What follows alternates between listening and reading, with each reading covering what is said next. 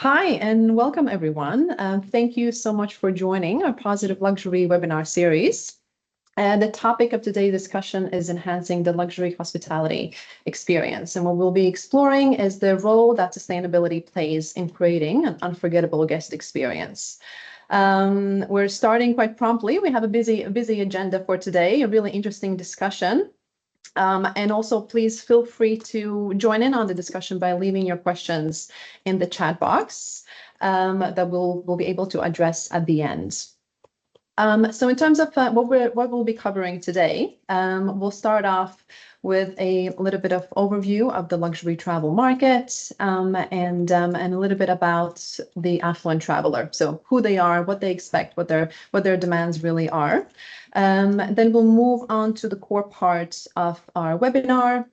That's going to be focusing on the guest journey, and we'll take you through each of the stages or phases of the guest journey, from building awareness and inspiration to the booking process, arrival, the actual stay itself, departure, and post-stay engagement. And of course, we'll be engaging our wonderful panelists, who we're going to introduce in a second as well throughout the session.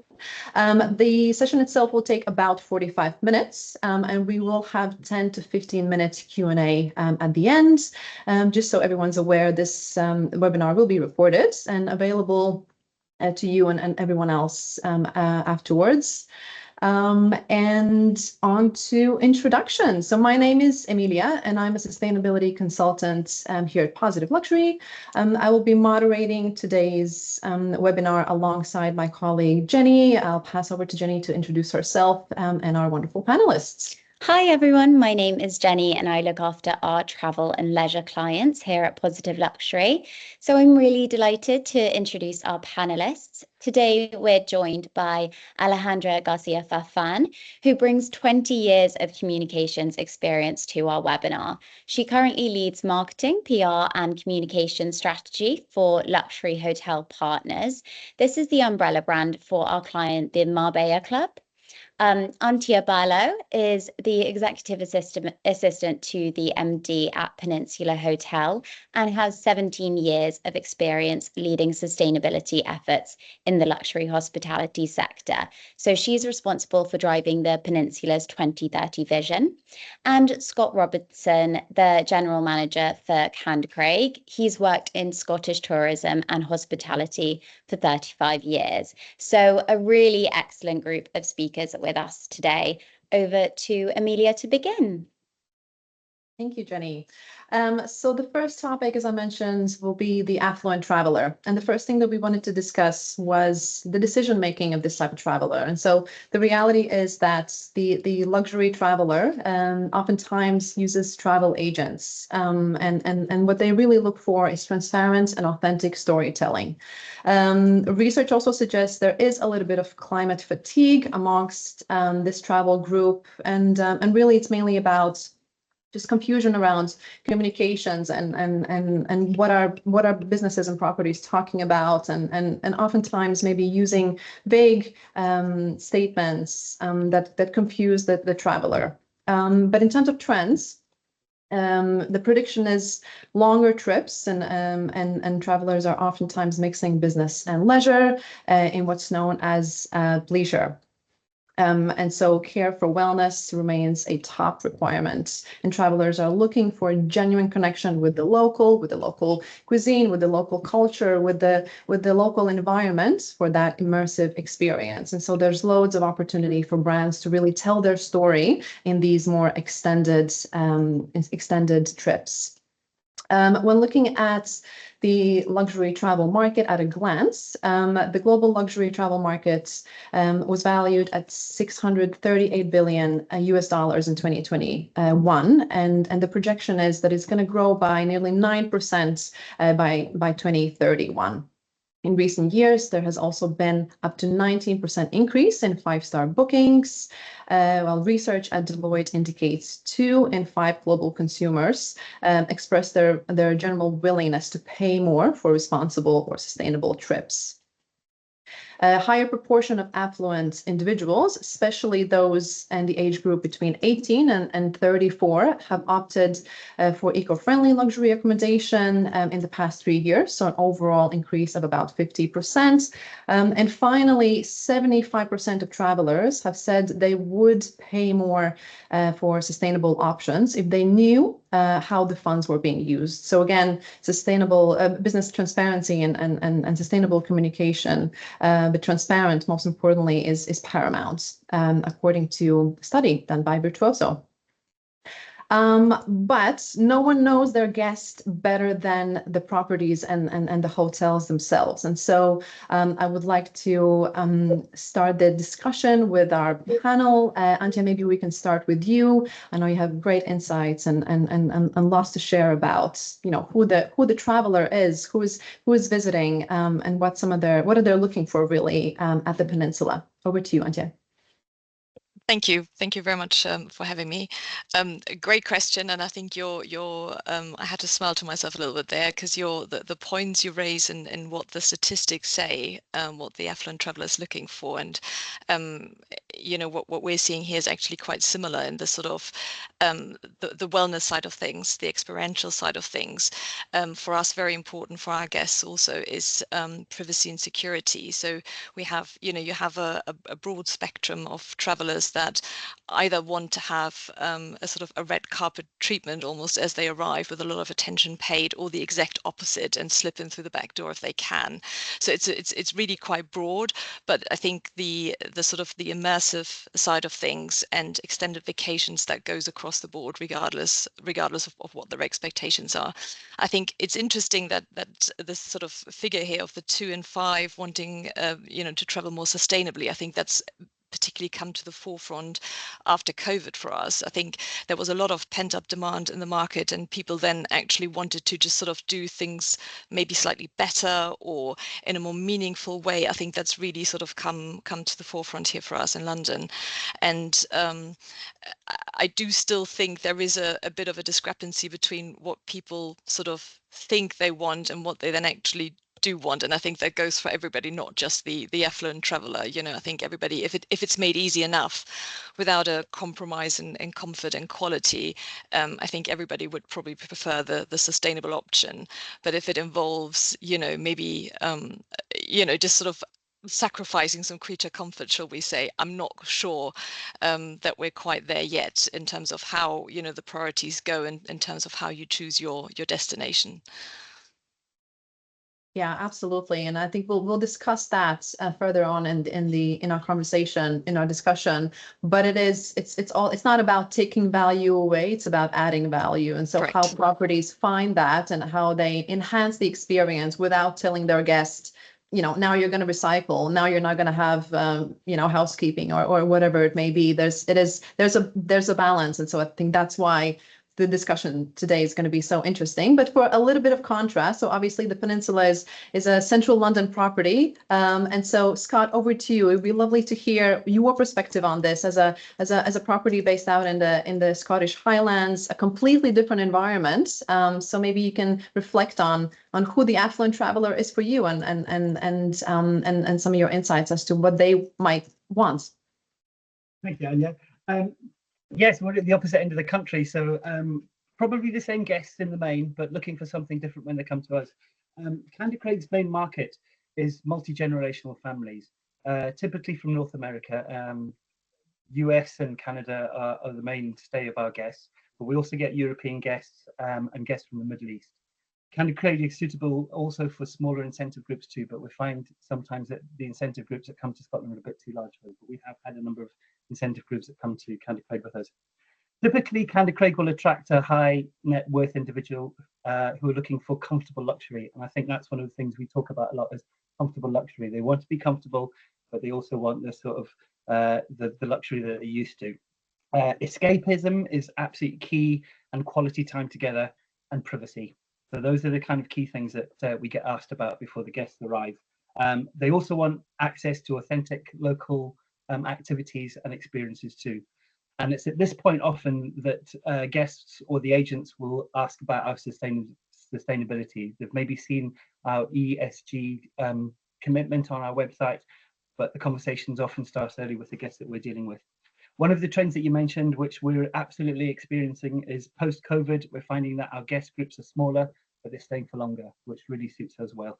The smallest family that we've had this year is actually 4 people, and although Candycraig has 12 rooms, it's still a really comfortable stay away for a smaller family. One of the expectations that we have is that the guests are looking for a remote destination, but it needs to be accessible, and that's one of the key things for us too. We're just an hour away from Aberdeen Airport, which is fantastic. They've got the capacity for private jets and helicopters, and although that's something that we don't necessarily promote, we get asked quite a lot for that. So it kind of is slightly out of kilter with our ethos, but we get asked for that. And many of the guests will come from Edinburgh, the Central Belt, on their way up to us. It's really rare for us to have guests that stay at Candycraig, just at Candycraig. So often what we'll find is that they'll stay at maybe Gleneagles or another hotel, or come through London, or they'll stop off for lunch on the way up. And again, that gives us an opportunity to make sure that our tourism partners are aligned with our ethos sustainability. So we can have a hand in that sometimes too. One of the expectations that our guests have is food, and that is not going to come as a surprise to anybody. We have massive conversations about food with our discerning guests, the experience that they want and they expect. We're really fortunate because we've got the Highland Larder on our doorstep, so we've got this vast amount of food that we can prepare, and we have a personal chef that comes and stays in Candycraig when the guests are in house. So conversations are always had in advance about where the food's coming from and the provenance of the food, which is really good for us. A really important trend that everyone seems to be picking up on, which I'm really glad, is the wellness activities and the facilities that are expected when they come to us, but they must be personalized. You know, our guests are not the people who are going to wait in a queue to get into Balmoral Castle. They want something that's off the shelf, something that's bespoke to them, but has that underlying thread of sustainability through it. Connections to culture and responsible tourism is absolutely key, and this is where Positive Luxury really comes into their own for us. We don't want to be preachy about our ethics, but because we've got the butterfly mark and we're working with an organization that can help us promote our story, really helps. Guests, one sort of expectation is guests expect convenient technology, but often when they arrive at Candycraig, they don't use it, which is lovely too. So they expect it when they come, but luckily they can down tools for a little while and just enjoy the time at Candycraig. And guests in the main, as Amelia mentioned, will come through an intermediary of some sort, maybe a travel agent that's worked with the family for a number of years, or a DMC based in Scotland or in the UK. And this also gives us an opportunity to help with the plans, the itineraries, the menus, and really get to know the clients before they come. So that is key for us, getting to know who our traveller is before they come to us. So in short, I guess they're really looking for a blend of luxury, well-being, exclusivity, and the guests embrace the wellness as travellers, both exploring the world, but also in indulging in self-care, which I think is more prevalent in life today too, with underlying sustainability too. Amazing. Thank you so much, Scott. You've touched on so many important key points there that we'll continue to unpack as we move along. But up next, we're really now diving into the core parts of our webinar, the guest journey. And the first phase that we'll discuss is the awareness and inspiration. So there is demand, of course, for unique bucket list and transformative experiences. And oftentimes, as I mentioned, the storytelling comes through travel agents. Of course, a lot of our community members, Positive Luxury and Butterfly Mark certified brands, use the Connected Butterfly Mark digital tools to play a key part in this storytelling, but oftentimes it will be the travel agent. And so what properties need to ensure is that travel agents are able to tell their story well. Oftentimes we see taking the human approach proves to be very beneficial, celebrating the people, the culture, the communities that guests want to travel to and experience and visit. And of course, Scott, you discussed this really briefly already, but it's about embracing technology. And so that is not only true for awareness and inspiration, that's true for booking, for stay, for post-stay experience. Technology can really play a key role throughout the whole guest journey. And just a quick case study that we wanted to highlight here is Six Senses, which was a business that was also awarded the Positive Luxury Awards this year in the travel category. And what this hospitality business has done is integrated 360-degree virtual reality resort tours in partnership with Igo Room, and so there's lots of different ways that businesses can not only increase or improve the guest experience, but also increase their revenue, as research shows. I know that, Alejandra, from Marbella Club, you have quite a lot of interesting insights as to how you engage with guests at this stage. So over to you, Ale. Thank you. Thank you so much for having me today. Well, I think we all agree, talking about sustainability can be a very sensitive subject. You sort of open up the floodgates to a lot of questions and even, I would say, even judgment sometimes. And so we don't have, especially for us in the hospitality space, we have more and more eyes on us increasingly, not just from our guests, but from other collectives like the media, people that come in and out of our hotels, the sort of industry partners as well. So specifically for the Marbella Club, we've really chosen to tread very lightly when it comes to how we communicate across our web or our media facing socials, etc. So something you touched on at the very beginning is that transparency for us has been very, very key, and communicating that this is a long-term journey, that this is not something that we are doing perfectly or that we're going to get right on the first try. So I think that's probably point number one, that we've also always communicated it as something that is underlying across all of our messaging. So it's not just a tab on our website or something that you have in your media kit. It really is consistent across all of our communications, whether we're talking about well-being or our connection to culture or the arts, or we're talking about the in-room experience.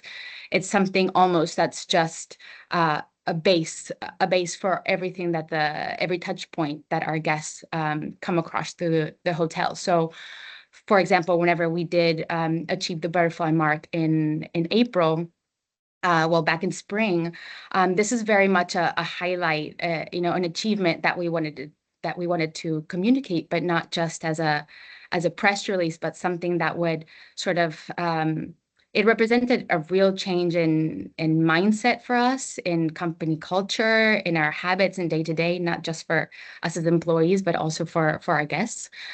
So this was something that we communicated, obviously on our social media, via QR codes in our rooms. We incorporated the messaging into our in-room newsletters, we have a magazine as well that comes out every year. We also incorporated, Scott talked about making technology really user-friendly and very simple, and something that doesn't feel disaligned from the rest of your offering. So we did start to work with something that's called Oppo, which is a sound meditation and soundscapes that we incorporated into our rooms as well. And then also we were right in the midst of our 70th anniversary celebration. So we needed to find a way also for this great achievement to really be tied in to the celebrations, which instead of doing one big party, we decided to really do touch points along the way throughout the year that spoke to our key pillars. One of them, of course, being responsibility. We like to think of it more as responsibility really than sustainability. So I think we sort of took that butterfly and made it a bit our own, whether it was just branding. We did a 70th anniversary branding, which included our very own versions of those butterflies, manifested in different ways through tablescaping. We work with a local ceramist as well to do special edition kind of jewelry that we also sold in our boutique. So it was more about, it wasn't shouting out about it in such a way that was so apparent, but it's something that was really going to have longevity, not just be something that is, we've worked through, a 3-year process can be said really, really quickly. And for us, it was, quite an achievement, particularly for our director of sustainability, who came on to really shed light onto what we were doing. So obviously not just through our socials, our messaging through to the media. But again, it was more about creating this whole world around sustainability that is also very much underlying, I guess I would say. Amazing. Thank you so much for sharing that, Alejandra. Now on to the next phase of the client journey, and that is pre-arrival and booking. We've touched on this briefly already. So personalization really plays a key part in here, not only to enhance your guest experience, but to allow you to offer to guests exactly what they want and avoid wasting the rest. So that can be true for in-room amenities, toiletries, their F&B preferences, and even optimizing in-room settings for lighting and the HVAC systems. Next up, bridging the sort of the gap between host and guest is really important. And so by host, we don't only mean the property itself, but the local community and local culture as well. And so making sure you've equipped your guests with everything they need to have a very pleasant visit, but also to make that cultural interaction pleasant for everyone involved, including local communities, something that's really, really important. Using nudging techniques such as default opt-ins for sustainability. So this could be something that's even integrated in loyalty schemes where you're rewarding guests and offering incentives if, let's say, they're opting out of in-room daily housekeeping, or they're opting in for some kind of donation to employee assistance program, a local charity. So there's lots of different ways that you can incentivize. It's really always about thinking what is the reward you can offer rather than what are you taking away. And so offering this incentive and creating these sustainability opt-ins will allow you to sort of lead the guest in the direction that you want them to go. On the screen, of course, here you see the gorgeous Candycraig property. So over to you, Scott, again, to just conscious of time as well, ever so briefly touch on this topic and what are you doing at Candycraig at this stage of the client journey? Thank you very much, Amelia. We feel that the pre-arrival and booking process is really our information gathering process on planning with the clients. So we're an exclusive use venue. So we've got the luxury really of a longer lead than some other venues may have. So we've got lots of opportunities to speak to the agent or the client in advance. So guests tend to allocate their bedrooms before they come, so there's no need for check-in. I know we're coming on to that in a moment, but we'll do a welcome walk when they arrive. So the butlers will take off everything into the room, and then that gives them the opportunity to introduce them to Candycraig. So it feels like they're home. That's one of the important things that we've got. We're really fortunate because we've got our private chef, and he will have all the dietaries in advance, all the preferences, but the activities are also booked in advance. And this helps us with turn down gifts in personalizing the stay. So for example, if they're having Highland Games the next day, we've got a suite of beautiful postcards that we put one for the Highland Games in the room saying, hope you enjoy the Highland Games tomorrow. Here's a personalized bottle of water for you to take along with you and something that the chef's made for you, a little health bar.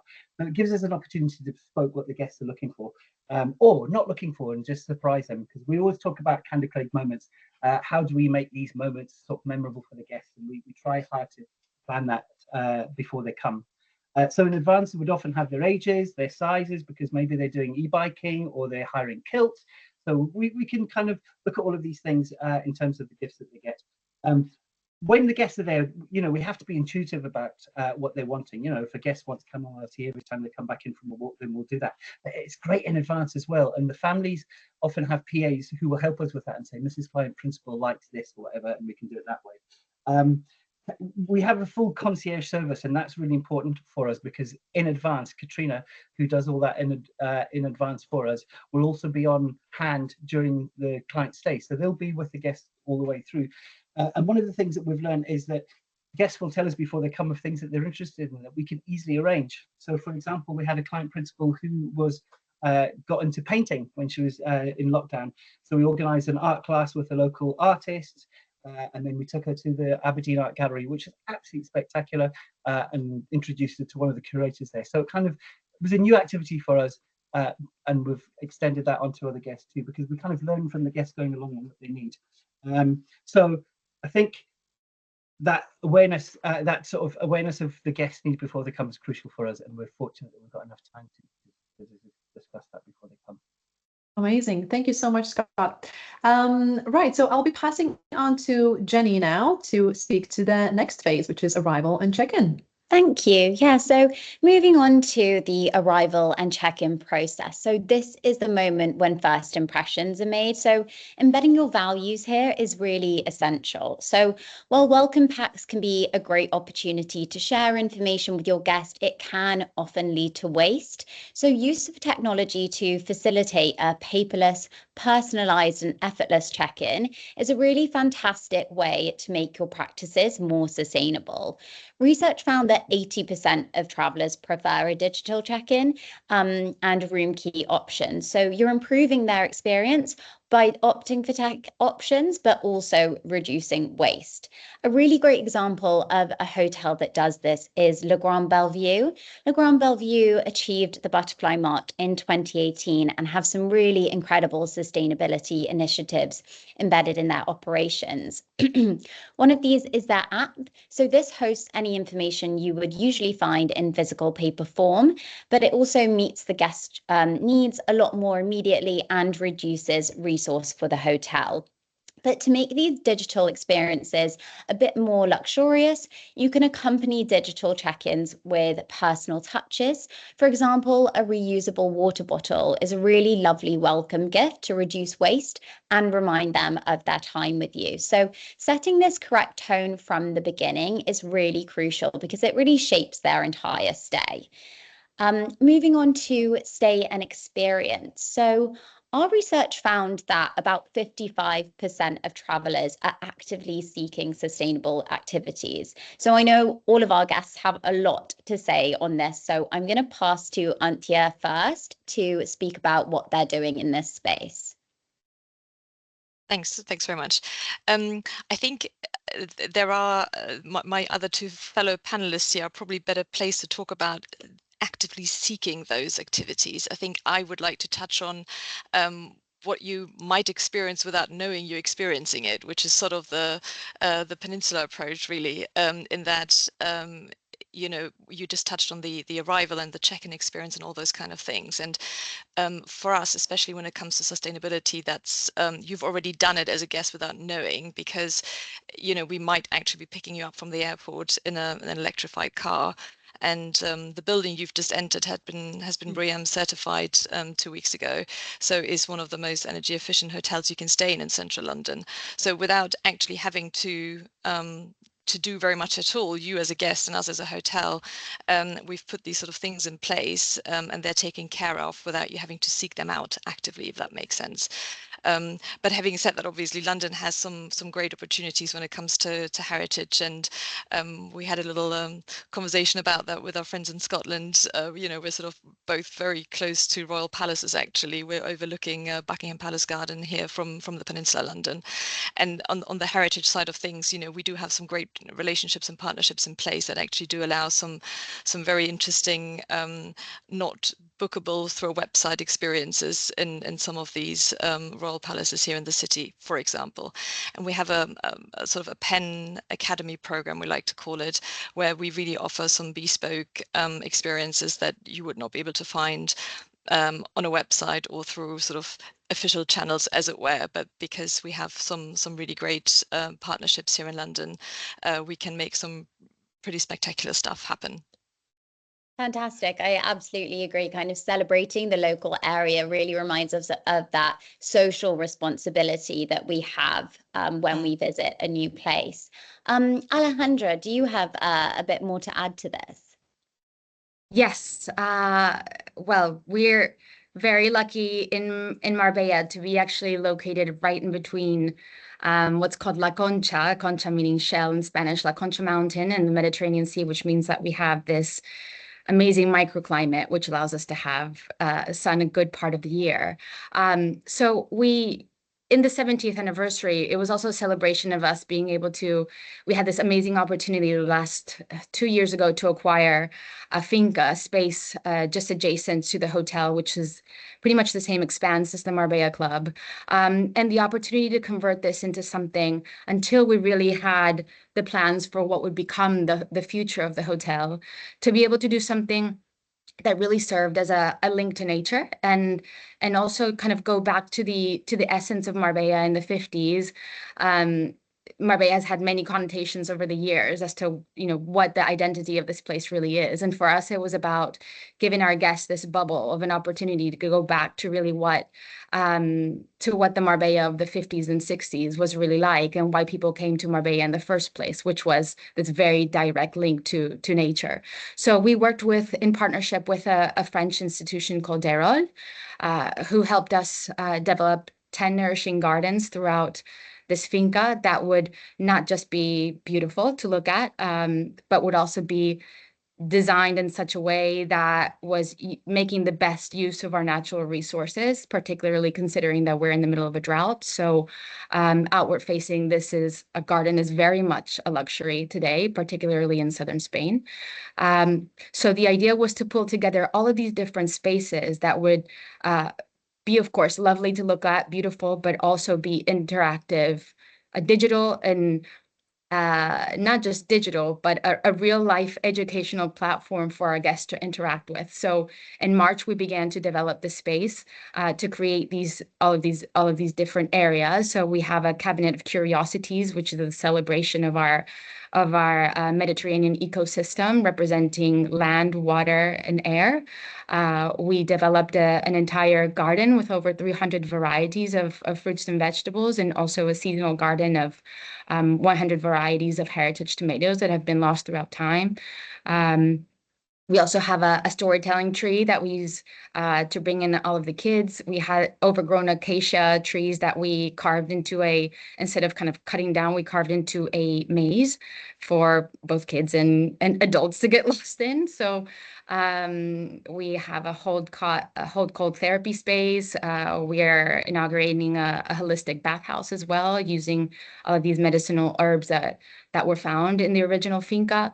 So it was about, this year has also very much been an educational journey of showing our guests how they can naturally interact with the space that's at the moment only available to our guests. So it's not open to wider Marbella, to the public. So it's really about putting forth a value proposition of what the Marbella Club stands for, and being able to, of course, financially materialize a space that could be so many other things, to really prioritize our link to nature. So visually, it's been beautiful, but also learning about how our guests have a true appetite for connecting with natural elements. And a lot of times we think we don't have anything around us, but I think it's really just a matter of peeking into, our localities, our cities, our towns, the people that form part of that social fabric that can be really simple, but really transformational to our guests.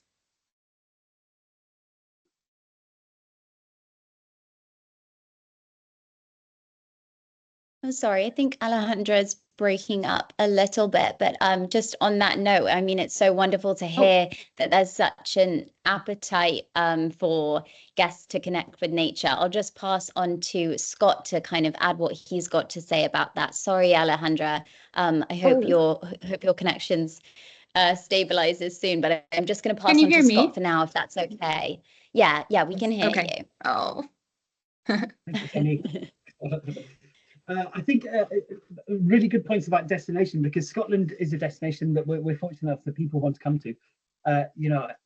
Visit Scotland are very strong at promoting the outdoors, and they talk about Scotland exciting your senses and rewarding your soul. And I think that's a thing that's really important when you come up to the Highlands with us.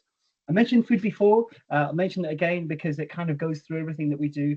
We try to get our guests to experience the outdoors when they're with us. So not only will they have, meals inside Candycraig, we also arrange things like barbecues next to the fire pit, posh picnics in our wall gardens, lunches in a bothy. A bothy is an old shepherd's hut that people used to stop and we can use those for lunches.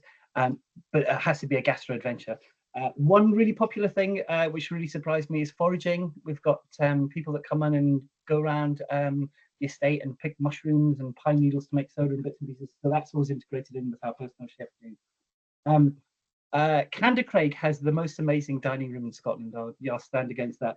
It's festooned with tartan, and nearly every single one of our guests who come and stay with us want a burn supper or a Scottish experience.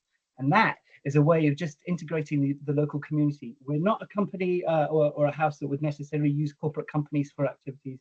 We use local farmers that are Highlanders. When there's a Scottish evening on, it's local haggis, it's local music, it's ceilidh. That is a really good, sustainable message, but in a fun way too. So that kind of underlines whatever we do. We're really fortunate because we have a plethora of local contacts who can arrange all sorts of different things for guests. So typical things that you might expect in the Highlands, like fishing, Highland games, e-biking, falconry, those sort of things. But all of our suppliers are vetted. So we know about their credentials, we know about their sustainability. To be honest, the local musician is from 2 farms away. So we know them, we know these people, they're part of our community, and introducing them into our guests is really important. To make things a little bit easier before clients come, we put our different activities into different themes. So there's ones for the explorers, there's one for the creatives, there's one for the naturalists, there's one for the sporty, there's one for the foodies. So we can identify what the guests want to do before they come and when they're here. And one thing I'd really stress is popular activities needn't be big, expensive things. The more authentic they are, the more clients seem to enjoy them and guests seem to enjoy them. Wild swimming, for example, down in the Don, the river that runs through us at the bottom of the grounds, and come back and have a sauna afterwards. Foraging with wild cocktails, I mentioned. Land Rover transport to go to the different activities. It feels like you're having a Land Rover experience just going from one place to another. So we're fortunate in that. One big trend that we're finding, especially with the North American market in the last couple of years, is genealogy. So we can get people to come in and do the genealogy for the family, and they can present that when they're there at Candy Craig around the fire pit or in the whiskey library with a little whiskey to see them down. We mentioned about the royal family, they're our neighbours. I think that gives the message of, if it's good enough for the royal family to wander around and go to the shops in Braemar, then you'll get privacy too. And that is absolutely the case when you come up to us. So we've got the benefit of having an amazing playground outdoors. The Lino family also own a pub down the road, so we can take people down there. Again, that's our credentials, so we know what we're dealing with when we go down to the pub. And also one thing that's really important to us is the Lonmouth Games. That's a Highland Games that we have at the end of August. That is a really important way of integrating people in to meet and make the experience authentic too, because they're meeting locals, they're meeting local people who do Highland Games, who pipe, who can address to the haggis. So I think in all of those respects, we're really fortunate that we've got authentic providers that actually do our heavy lifting for us and make the guests feel like they're in the Highlands of Scotland. Thank you. Yeah, some really incredible experiences you've got to offer there. And I particularly loved what you said about kind of sourcing locally. That's so important for boosting the local economy as well. And yeah, connecting with your local area. So now moving on to the checkout and departure stage. So it's really important to send guests off with lasting memories, of course. So complimentary gifts crafted by local artisans can really be a tangible reminder of their stay that celebrates the culture of the area. One example is the Lux Collective, who we've worked with for a number of years. They found some really creative ways to uplift their local communities while marking memorable moments for their guests. So they offer local souvenirs and personal thank you notes. While enhancing cultural awareness, these gestures really support that income generation and cultural heritage preservation and that community pride. So really special things. And studies have found that offerings like these can increase return visits as much as 20%. And while these very human touches are powerful, there are also some really incredible technology options out there to add that extra touch at checkout. So you could consider using software that analyzes your emissions that are created by guests during their travel and stay, and then give them carbon offset options so they can reinvest that into the local environment. So potentially really nice touches that bring sustainability to the forefront of your business. And now moving on to post-stay and engagement. This is your opportunity to build loyalty and trust with your guests. So how can we make them feel valued? I know Alejandra has got some wonderful things to say in this space. So passing over to you. Can you hear me okay? Yeah, we can hear I hope you. everyone can hear me. Good. Well, this for us is an ongoing challenge because, you know, communicating to your guests after they have stayed with you about the, you know, the impact or what they've done to, basically for us, we can't manage what we can't measure. So it's been a huge priority for us implementing different resources where we can actually measure our waste and water management and align it to what the industry standards are.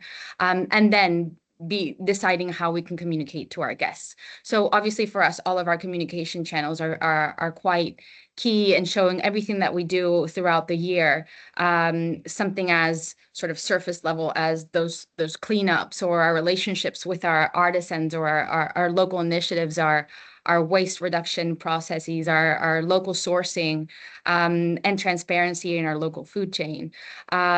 We also have outlets, all of these outstanding furniture that we have in storage for all of our hotels. There's nine hotels in total, and we do outlets to our employees and then donate the funds to one of our local initiatives called Aula del Mar. And then a big initiative that we took this year in order to go beyond and to really lengthen the lifespan of our sustainability efforts. So we created an initiative called La Concha Conversation, so La Concha being our mountain. And we decided to bring together to sort of a 60-person audience all of those people that have come along the way or that we've encountered along the way in this journey, including the Positive Luxury assessment journey, who have helped us in our path and also helped us to solve problems, because we all obviously came up with challenges that we immediately recognized that, you know, there have to be other hospitality colleagues that are undergoing or going through the same questions, the same challenges. And so we put together a few weeks ago in November, early November, a group of wonderful people, experts, philanthropists, local government, some of our key guests that are very much involved in sustainability or that understand this as part of their own professional lives.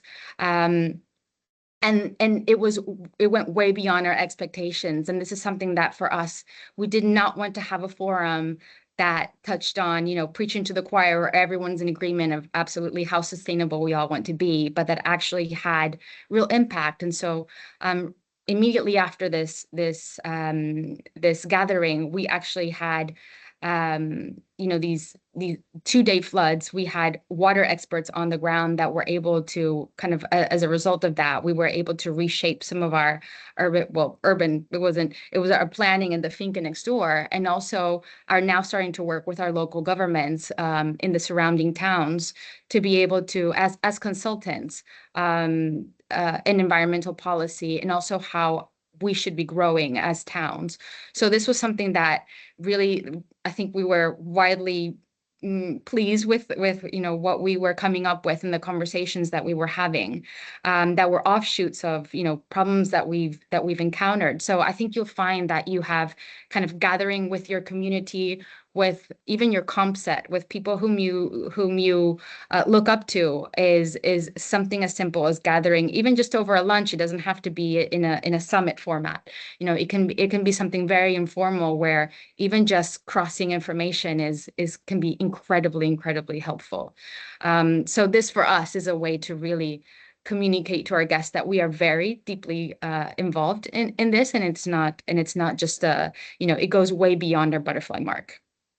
Amazing. I mean, what an incredible example of the value of your community. I mean, that's just excellent. I'm going to have to move on fairly quickly, though. Just moving on to our final section, which is communication. So when it comes to sustainability communications, it really is all about balance. So how much do you want to share with your guest, and how much is expected to happen behind the scenes? Moving on to Anya, who has quite a bit to say on this. So I'll pass to you. Thanks. I think I sort of touched on it a little bit earlier. I think for us here, the important part is the doing rather than the talking about it quite as much. I think sustainability or CRS or CSR or ESG, whatever you want to call it, has really come into this sort of 2.0 moment now, where it's no longer, you know, about a towel being left on a bathroom floor or not in order to have it washed. It's more about, you know, having actual data and recording your carbon footprint and knowing where your levers are in order to actually, you know, move them and move the dial in a meaningful way. And I think your average leisure traveler might not be quite so interested if they are in London visiting for a nice sort of weekend, going to the theatre and staying at the peninsula. But there are definitely other segments in the market, and for us here, it's the corporate market particularly, and who come here for events and for shows and all this kind of stuff, who you know, even in order to stay with us in the first place, you know, we need to kind of fill up a tender document that also includes sustainability information, and in a quite substantial way at times. You know, the sort of the water usage, life cycle analysis of the materials used in the hotel, petrol in the cars, all this kind of stuff, like really quite detailed, drilled down information that we need to be able to provide. And I think it's sort of there's the technical side and the data science-based side that has really taken over now, and the sort of greenwashing, I think was a start that the industry kind of began the journey with, but is no longer anything that people can actually be allowed to be seen to do. And so I think the authenticity is really important here, that, you know, it needs to fit with your brand and how you normally communicate with your guests. And if you know, as a brand, the idea is that things are taken care of and everything is done the proper way, then sustainability should be falling into the exact same basket as far as I'm concerned. So it's not actually that different in many ways. But having said that, I think green hushing, the opposite, is probably equally bad, and you'll find that there is so much compliance and regulation coming our way as hoteliers, and, you know, this coming year now, that's no longer an option either. So I think it's going to be really interesting to see how businesses take this forward. I think speaking to each other as industry peers or with other businesses has always been slightly more transparent and open when it comes to, you know, what do you do and what do you struggle with? But communicating it to guests, I think, remains to be quite a challenge, because as I think we've mentioned earlier in this conversation, you don't want to push this over to a guest to decide and say, you know, you tell us if you want to have your stuff washed or not. I think it's for us to find better solutions, actually, and it's good that guests are demanding that we do this, because that's, you know, in the end of the day, our job to be of service in a sustainable way. Absolutely. I mean, I think that and everything that our speakers have shared today will really resonate with all of our audience that we've got on the call. So thank you so much for sharing. We do have a bit of time for our Q&A, so I'd love to move on to see if our audience have any questions for our speakers. It looks like we do have one that has come through, which is, at which stage do you find guests are most engaged with sustainability topics? I'm going to let our speakers kind of raise their hands as to who wants to answer that one. Oh, trying to find. Oh, yeah. Antia, go ahead. I think you'll find that the same for all of us. People are either interested or they're not interested. I don't think there is a particular moment where it matters more. I think if you choose, you know, your hotels or your shoes or your means of transportation, whatever it might be, you usually have a couple of criteria that is, you know, that matters more than others. And for hotels, depending on why you're traveling, it might be that it's a question of location, how easy is it to get to, how big is my room, is there a nice restaurant, how easy is it to move on from there, you know, all sorts of other concerns before you then actually go down to, oh, and what about sustainability? I think that's probably the truth for most people most of the time with how they make decisions. So I think it's I think you'll find that the importance seems to be able to sort of capture sustainability without compromising it. And if you are able to communicate that as part of your brand, I think that's really where you get an audience, because you will be able to say, you know, for Peninsula, for example, you know, we're sort of in this for the long term. We build sort of legacy properties that are meant to last. And so as part of our DNA, really long-term thinking matters from the beginning. And there isn't really an additional sustainability message here, even though there is a lot of stuff happening, you know, in the back of house.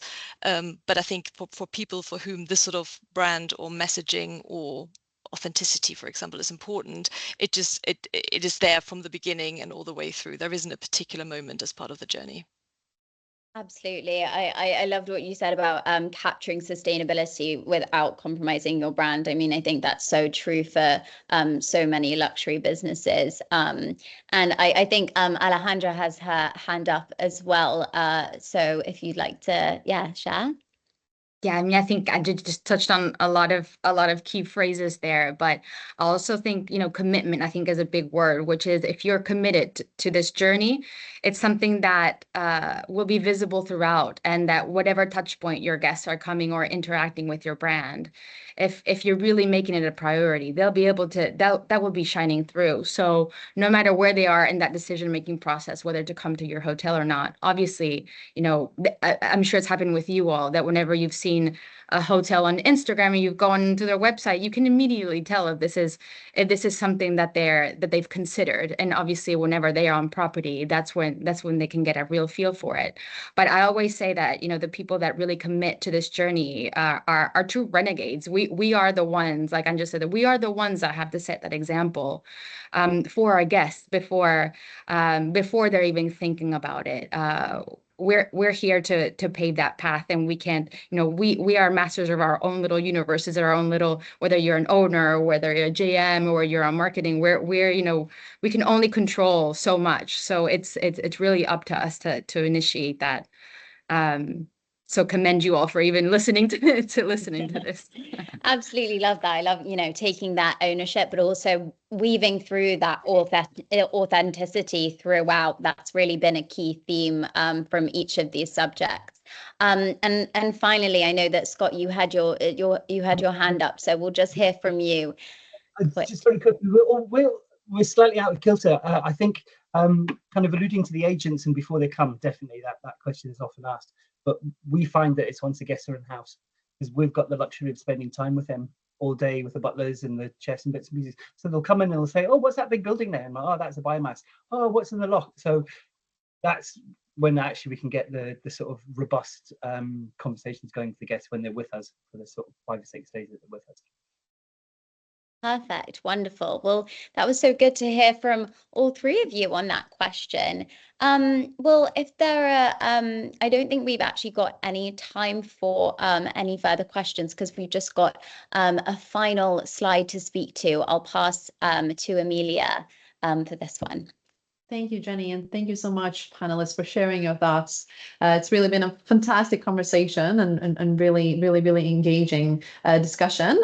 So just final bits and pieces to update you on in terms of positive luxury and what's happening on our side.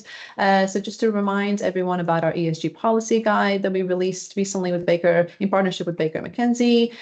So this is a very thorough, our third edition of very thorough policy guide that will give you a taste and a sense for what's happening in the legislative landscape, and that's free for you to download on our Positive Luxury website knowledge section. Another report that we'll be releasing very shortly is our community and predictions report. So what have we seen happening in our community over the past year, and what we expect to see across the industries in 2025. And then finally, just to remind everyone, the Positive Luxury Awards for 2025 are now open.